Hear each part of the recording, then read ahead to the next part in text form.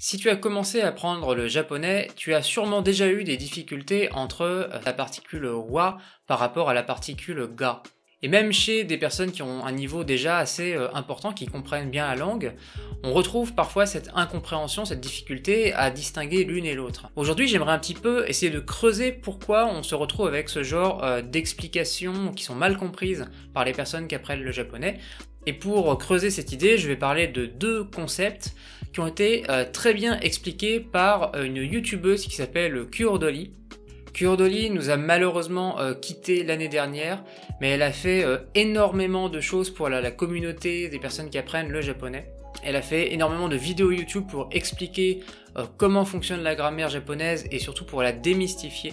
Et aujourd'hui, je vais vous présenter, en m'inspirant de la manière dont elle explique la grammaire japonaise, donc deux concepts que j'ai trouvé assez intéressants pour montrer les différences de conception entre grammaire française et grammaire japonaise. Ok, c'est parti. Pour attaquer ce sujet, je vais commencer par reposer les bases de qu'est-ce qu'est une phrase japonaise. Qu'est-ce qu'il y a comme constituant, comme élément essentiel dans une phrase japonaise, et on va voir ensuite comment ga et wa se manifestent. Une phrase japonaise va forcément tomber dans une de ces deux catégories suivantes.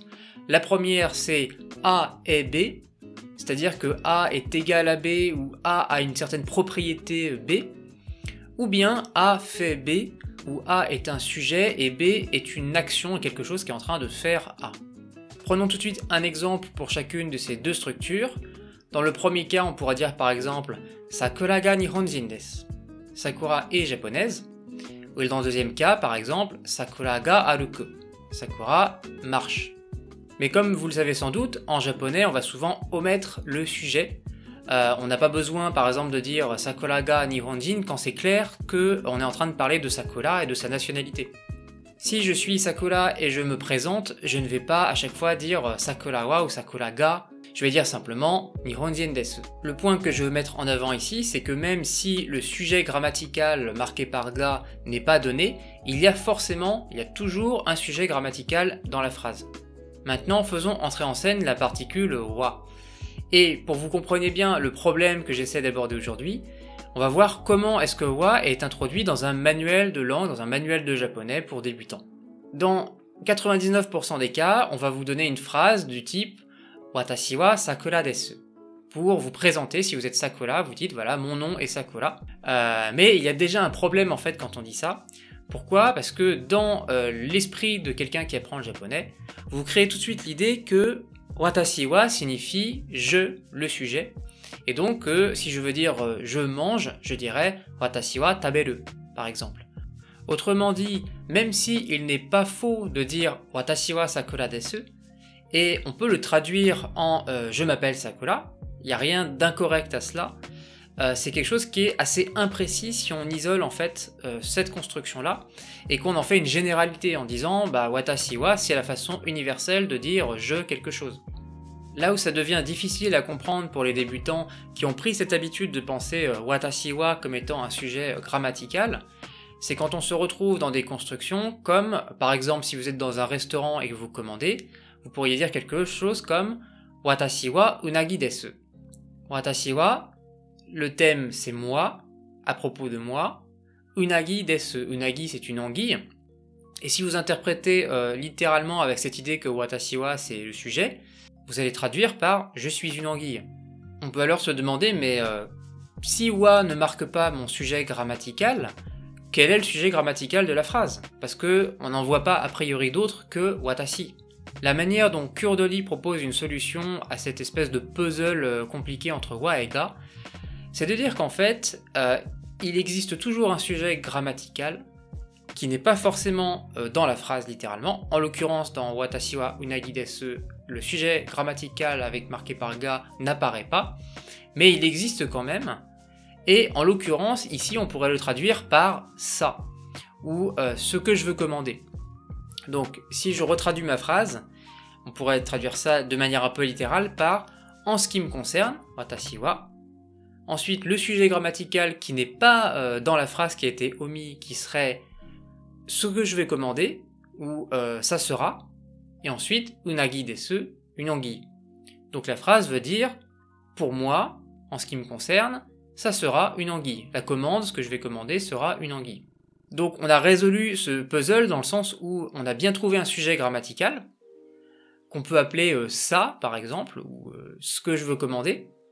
Simplement, ce sujet n'est pas du tout dit dans la phrase parce qu'il est considéré comme étant évident dans le contexte. Le serveur vous demande ce que vous allez choisir comme plat, c'est évident que le sujet grammatical, ça va être le plat que vous voulez choisir. À travers ce problème de confusion wa et ga, en fait, on est en train de voir que la conception du sujet grammatical et son utilisation en japonais ne correspond pas avec ce qu'on fait en français ou en anglais. Et c'est là où j'ai trouvé très intéressant ce que raconte Kurdoli sur son sujet, son interprétation de cette différence-là.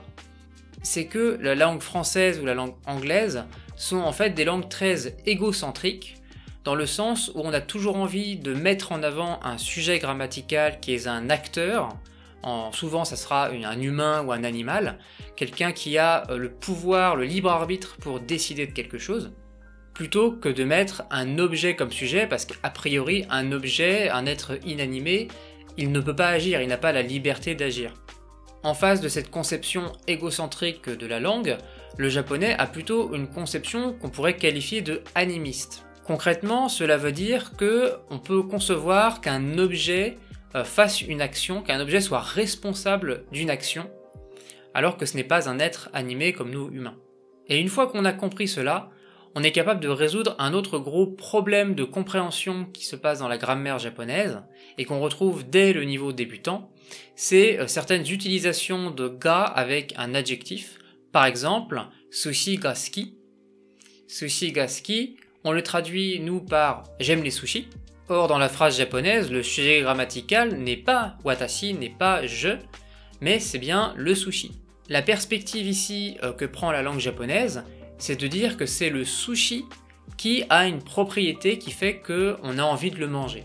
Ici, ce n'est donc pas moi qui aime le sushi, mais c'est le sushi qui se fait désirer, qui se fait aimer par moi.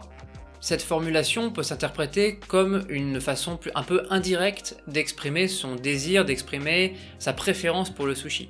Plutôt que de dire très directement que moi j'aime les sushis, on est en train de dire que les sushis sont quelque chose qui est préféré, sont quelque chose qui est désirable, et on est moins en train de mettre l'accent sur moi et ce que j'ai envie de manger, ce que je désire.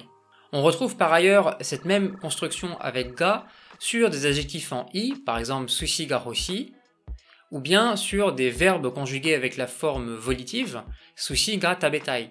Toutes ces formulations-là sont des façons plus ou moins indirectes de dire soit que j'aime les sushis, soit que j'ai carrément envie là de manger des sushis. Ok, maintenant, qu'est-ce qu'on peut tirer comme enseignement de tout ça? Qu'est-ce qu'il faut en retenir? Pour moi, la morale de cette histoire, c'est que quand on a deux langues très différentes comme le japonais et le français, il faut se méfier de la traduction d'une langue vers l'autre.